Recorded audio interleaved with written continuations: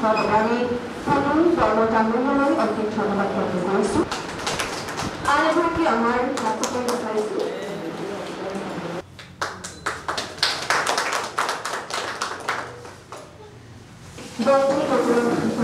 আমি অশেষ ধন্যবাদ জ্ঞাপন কৰিছোঁ। সুন্দৰী মন তোমাৰ জীবনৰে পহিলা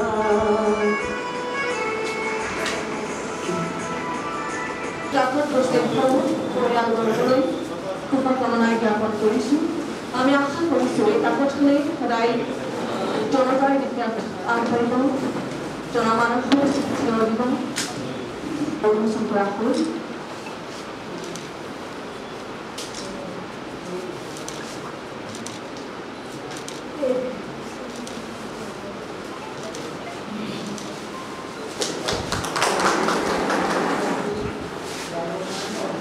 আমি সমৰ ডেকা ডাঙৰীয়ালৈও অশেষ ধন্যবাদ জনাইছোঁ।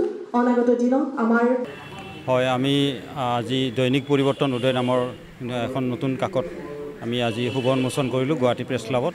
আমাৰ উদ্দেশ্য এইটোৱে যে বৰ্তমান সময়ত যিটো প্ৰতিযোগিতাৰ যুগ বা যিটো সময়ত পাঠক বা পঢ়ুৱৈ যিটো মানুহে কয়, একাংশই কয় মানে ক্ৰাইচিছ হৈ গৈছে বা পাঠক পঢ়ুৱৈ কমি গৈছে ডিজিটেলৰ যুগত, এই ক্ষেত্ৰত আমি দেখুৱাইছোঁ যে বৰ্তমান যুগতো যে আমাৰ বাতৰি কাকতৰ পঢ়ুৱৈ বা পাঠকৰ কম নহয়। আমি পাঠকৰ ওচৰত আমি আমাৰ সমাদৰ লাভ কৰিবলৈ সক্ষম হ'ম। আমি এই অসমীয়া যি দৈনিক পৰিৱৰ্তন উদয়, এই পৰিৱৰ্তন উদয় আমি অসমৰ মানুহৰ যি মনৰ যি আশা আকাংক্ষা সেইবোৰ আমি পূৰণ কৰিবলৈ আমি সক্ষম হ'ম বুলি আশা কৰোঁ। আৰু অসমৰ এতিয়াও বহুত চুকে কোণে সমস্যাৰে জৰ্জৰিত হৈ আছে, যিসমূহ কাকত বা টেলিভিশ্যন বা ছ'চিয়েল মিডিয়াও চুব পৰা নাই। তেনেকুৱা আমি ধৰণক এই চুবৰ কাৰণে বা ৰজাঘৰীয়াক আমি সমস্যাসমূহ আমাৰ অতি প্ৰয়োজনীয় মৌলিক সমস্যাসমূহ ৰজাঘৰীয়াক আমি দৃষ্টিগোচৰ কৰাবলৈ আমি সক্ষম হ'ম এই পৰিৱৰ্তনৰ উদয়ৰ যোগেদি।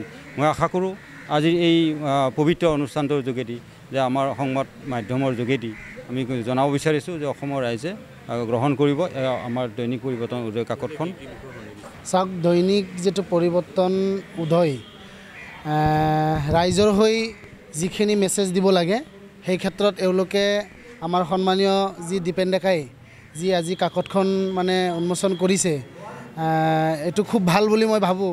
আৰু বিশেষকৈ আজি বিভিন্ন সাংবাদিকসকলে বিভিন্ন ঠাইৰ পৰা আহি উপস্থিত হৈছে, এওঁলোকক মই ধন্যবাদ জনাইছোঁ।